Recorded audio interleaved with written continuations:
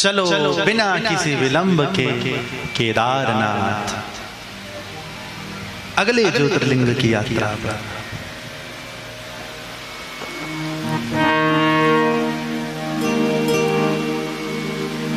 केदार उस पर्वत का नाम है, केदार उस तीर्थ का नाम है, केदार उस क्षेत्र का नाम है जो केदार के नाथ केदारनाथ।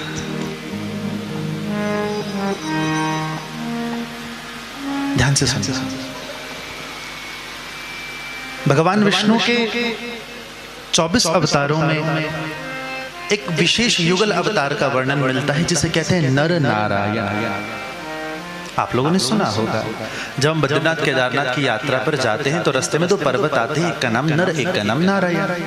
भगवान विष्णु के दो स्वरूप हैं, नर और नारायण। दोनों केदार घाटी में भगवती मंदाकिनी के तट पर तप करते हैं और तब इस हिसाब का करते हैं कि भगवान शिव रोज आते हैं। एक दिन नर नारायण ने कहा, प्रभु कुछ ऐसी कृपा कीजिए, हमेशा हमेशा के लिए यहीं रुक जाइए, आपका भी आना जाना झंझट समाप्त हो जाएगा, तो आप पर हम पर कृपा करने के लिए शंकर सदा सर्वदा के लिए वहां विराजमान हो गए। पर देखिए 12 ज्योतिर्लिंगों का सबका स्वरूप अलग अलग है और केदारनाथ को तो स्वरूप बिल्कुल ही अलग है। आपने दर्शन किए हैं, कोई शिवलिंग नहीं है अंदर तो शिला है और शिला भी बिल्कुल विचित्र सी है। तो आओ मैं आपको इसकी कथा बताता हूं। पांडव चले स्वर्गारोहण पर, शिव ने वरदान तो दे दिया नर नारायण को कि मैं यहां पर बैठूंगा, पर किस स्वरूप में, किसके माध्यम से बैठूंगा, वो ये कथा आ रही है। पांडवों को पता चला कि भगवान शिव इसी क्षेत्र में है और भगवान शंकर पांडवों को दर्शन नहीं देना चाह रहे थे। तो वर्णन मिलता है वहां बहुत सारे पशु चर रहे थे, तो भगवान शिव ने बहुत बड़े बैल का रूप धारण किया, उस झुंड में जाकर जो सबसे प्रसिद्ध कथा आती है भैया केदारनाथ धाम की, वो यही है। ठीक। और भीम को पता चल गया कि इस झुंड में भोलेनाथ बैठे।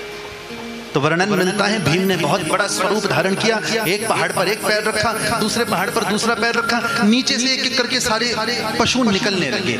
जो ही भोलेनाथ नीचे से निकलने लगे, भैया बैल की पीठ पर जो उभार होता है ना, संस्कृत उसे कहते हैं ककुत। ठीक, ककुत।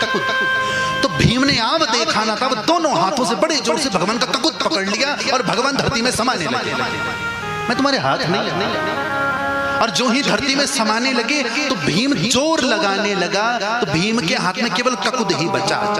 तो इस समय आपको जो केदारनाथ में दर्शन होते हैं वो वृष रूपधारी शंकर की मात्र पीठ है, उसके ऊपर घाव हो गए भीम के हाथ से। यही कारण है उनके ऊपर घी आदि का लेप भी किया जाता है। मैंने आपको कल की कथा में कहा था पशुपतिनाथ के बिना अधूरा है केदारनाथ। मैं आपको बताऊं, भगवान की पीठ तो वहां प्रगटी, इसके अलावा भगवान का शरीर 6 और जगह में प्रगटा। हाँ, क्योंकि पंच केदार और पशुपतिनाथ ये 6 स्थान कुल मिलाकर हैं। तो ग्रंथ कहते हैं भगवान की नाभि मद महेश्वर में प्रगटी, ये भी उत्तरांचल में भगवान शिव का एक स्थान है। भगवान की भुजाएं तुंगनाथ में, भगवान के मुख का एक भाग रुद्रनाथ में, भगवान की जटाएं कल्पेश्वर में और भगवान के मुख का अगला भाग पशुपतिनाथ में प्रकटा। प्रेम से कहो नमः शिवाय। 8वीं शताब्दी में भगवान शंकर ने अवतार लिया, नाम हुआ आदि गुरु शंकराचार्य।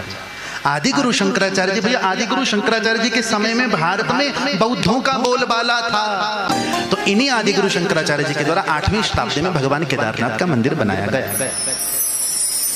और मंदिर इस हिसाब से बना है क्योंकि आप जानते हैं केदारनाथ वो स्थान है जहां लगभग 12 महीने बर्फ रहती है। शिव अपने असली रूप में बैठते हैं वहां पर। और ग्रंथों में इतना भी भैया इतिहासकार भी इस बात को मानते हैं, केदारनाथ का मंदिर 13वीं से 17वीं शताब्दी तक लगभग 400 वर्ष तक बर्फ में ही दबा रहा है। 400 वर्ष तक लोगों के लिए स्थान लुप्त। और एक छोटा सा चमत्कार आपको और बताऊं, केदारनाथ जी के जब पट बंद होते हैं ना दीपावली के बाद, तो अंदर एक गर्भगृह में अखंड ज्योति जलती है। 6 महीने के बाद जब पट खोलते हैं वो जली हुई ही मिलती है। ये केदारनाथ का साक्षात चमत्कार है। प्रेम से कहो नमः शिवाय।